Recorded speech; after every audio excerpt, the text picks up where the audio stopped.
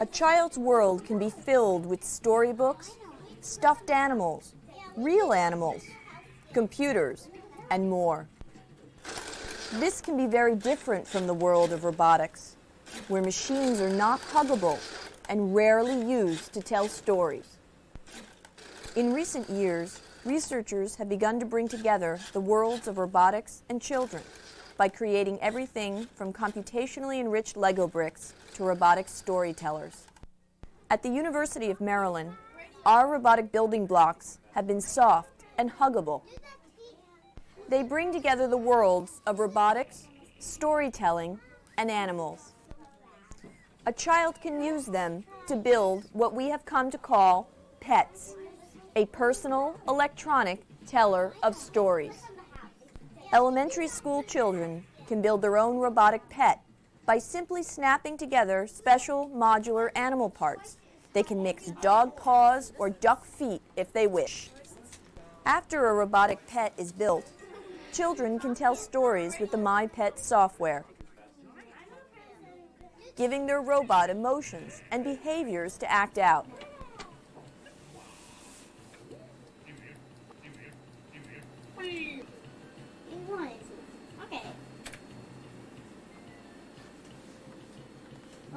The name, the concept, and the development of our pets' prototypes came about because of children. We developed new technologies for children, with children, in an intergenerational design team. You might make a mistake. This team has been together for almost a year and consists of 6 children ages 7 to 11 years old and 6 adult professionals with experience in computer science, education, art, and robotics. Together we use the methodology of cooperative inquiry to understand what children want in new technologies today and in the future. We began our work in cooperative inquiry by examining and exploring a robotics lab. Children and adults tried out robots, asked questions of researchers, and took notes about the experience. Sound wave will bounce off whatever's over here and come back, and it can tell, the computer can process and tell how far, how long. When we returned to our HCI lab, each child and adult researcher wrote down on Post-it notes what they liked and didn't like about the robots they saw. After our field research and analysis, we began to create numerous low-tech prototypes using participatory design techniques. We built animal robots that didn't move. They were made out of Lego bricks with fur, feathers, clay, socks, and more. They represented our first ideas. At the beginning of August 1998, the team met for 2 weeks, 8 hours a day. During that time, we split into 3 groups. Each group consisted of 2 adults and 2 children and focused on one important part of the prototype design. The skeleton group was responsible for creating the robotic skeleton of Lego bricks, gears, motors, and servos. This group developed the modular parts that could be put together to create an animal. Watch that come up when you do the next one. It's nice and smooth. Keeping in my easily removable so that you can work on the skeleton. What the skeleton group made, the skins and sensors group covered in fur, feathers, felt, and fabric. The skins they created were either sewn, glued, tied, or attached using Velcro to the Lego bricks. That's not good. It's supposed to be clear. The third group focused on designing the software that children could use to tell stories. This group began by looking at what software had already been made and decided what they liked and didn't like about it.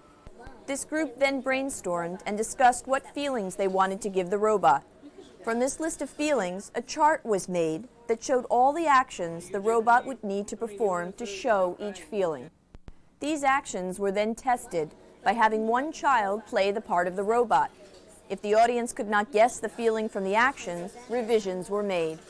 Finally, the group sketched on paper different possibilities for the screen. This is the story. You would write your story. Okay. You use the emotion. You highlight it and click Tell Robot.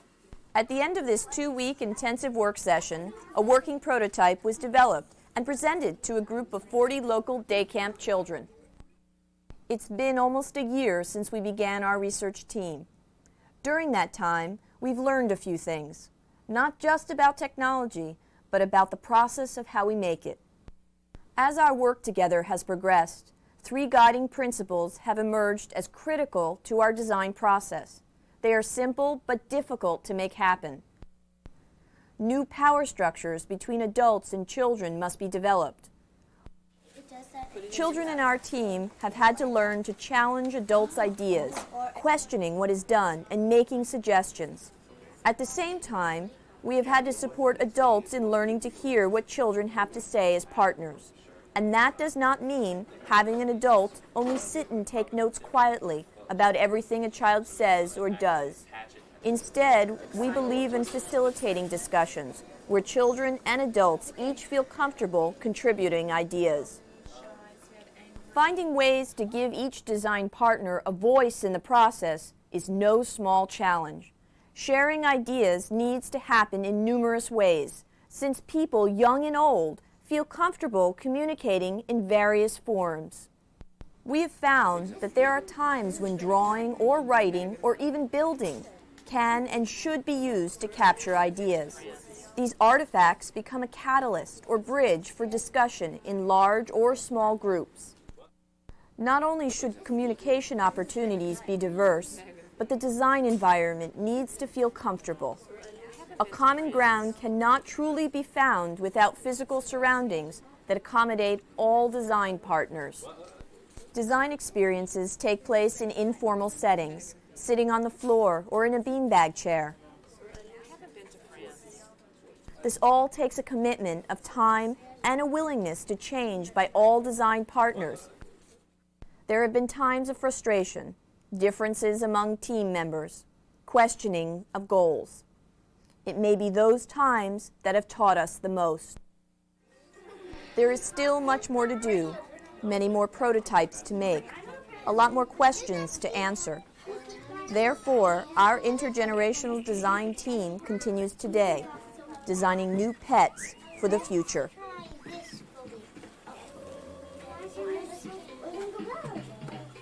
Oh, I know. What's on the house? Yeah, we did not do that.